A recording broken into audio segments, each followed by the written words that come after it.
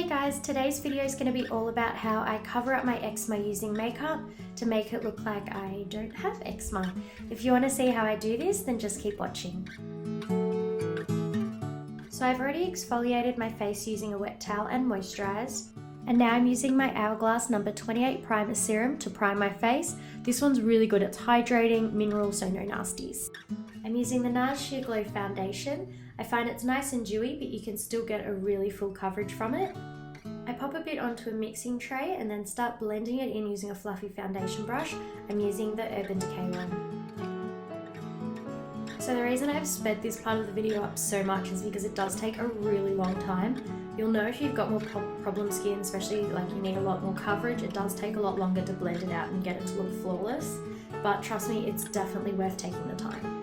Now I'm just blending it out with my beauty blender, and I'm going to add a little bit of extra coverage with the brush where I need it.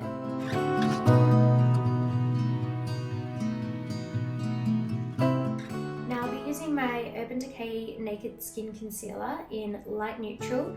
I'm going to be using this to conceal as well as to highlight. I'm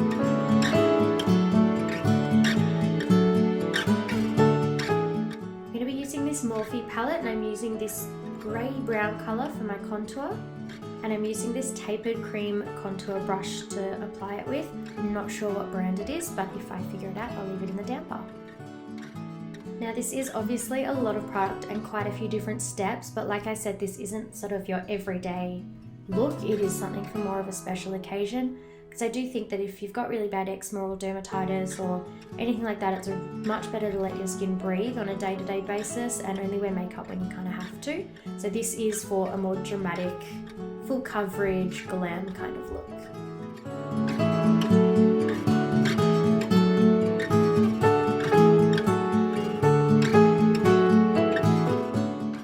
So now I'm going to blend it all out with a beauty blender. I'm using the Kit Cosmetics Blender Sphere. I'm going to go over all the highlighted areas first and then to the contour, so you keep the light bits light and the dark bits dark and you don't mix them all together.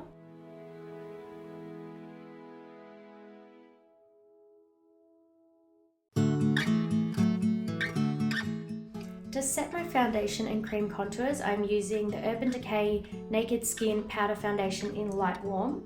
I like this one because it does add quite a bit of extra coverage, as well as setting everything without drying my skin out, which is really annoying when you go to use a powder and you just get flaky throughout the day. So I do suggest using anything that's going to be a little bit more hydrating.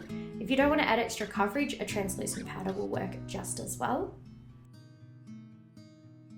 Oh my god, I have this little hair in the middle of my face and I can see it out of the corner of my eye. I know you can't see it, but I can, and it was really annoying me. Anyway, you just want to be dusting the powder really lightly over the face so you're not getting any brush strokes. Next, I'm going to be setting the under eye concealer with this light colour from the Morphe Contour palette. If you've got really dry under eyes, you might want to use just a translucent powder so it doesn't get too dry or cakey.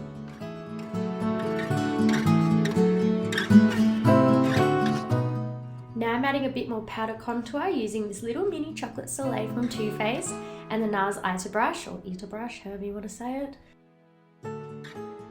I'm just going over where I've already put the cream contour, literally just to intensify the look, so you can kind of see where the contour has already gone, and I'm just going over the top of it.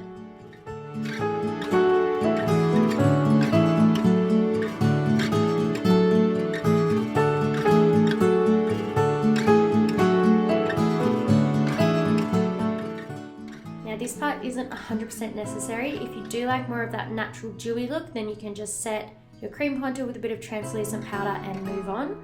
But I do like slightly more glam, a little bit more intense with my contour, so that's why I'm doing this step. The blush I'm using is this peachy one from Gorgeous Cosmetics. I'm just taking this from the apples of my cheeks and back through to my hairline. I'm overlapping it slightly with the contour so it looks nice and blended.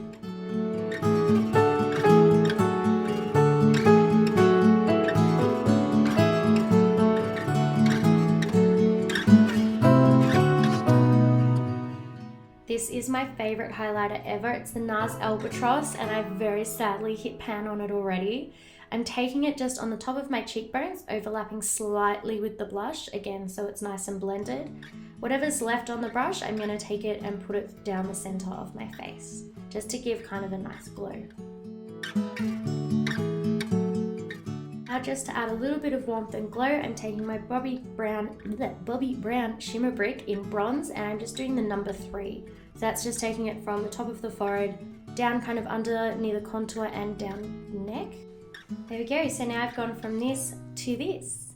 I hope you guys enjoyed my video. Don't forget to give it a big thumbs up and subscribe. Thanks for watching.